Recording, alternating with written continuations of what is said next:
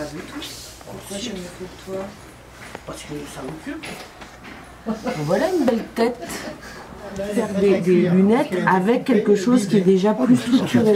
Finalement, c'est pas un boudin Mes cheveux, de terre, mais je m'en rendais pas compte comme c'est ça. quelque chose qui est plus structuré, Qui est représenté sur cette... En fait, il faut Qui est représenté, mon ancien instituteur. par exemple là, Il avait la tête comme ça, lui. Il était moche comme tout.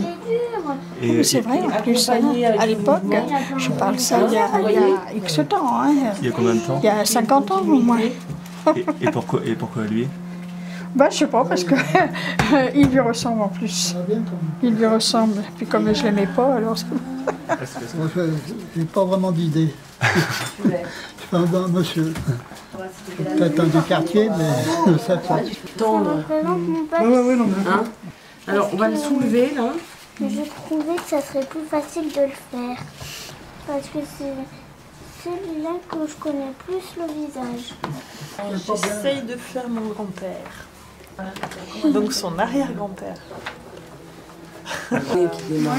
C'est un peu son histoire qui est ressortie dans les échanges qu'on a eus. Ça m'a montré ici Ça m'a... la mâchoire. C'est l'occasion de lui rendre hommage. C'est pour ça qu'on est là.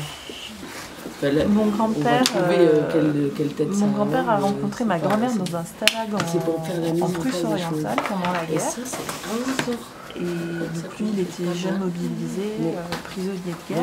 Voilà, là on est à peu près juste. Et donc il a épousé ma grand-mère polonaise, qui était elle aussi prisonnière, qui est tombée enceinte de lui dans ce stalag en Prusse orientale et qui l'a fait venir en France pour la retrouver parce que du coup à la fin de la guerre, donc ils ont été séparés 2 ans. En 45 il est rentré en France, elle est restée en Pologne et ils se sont retrouvés en 47.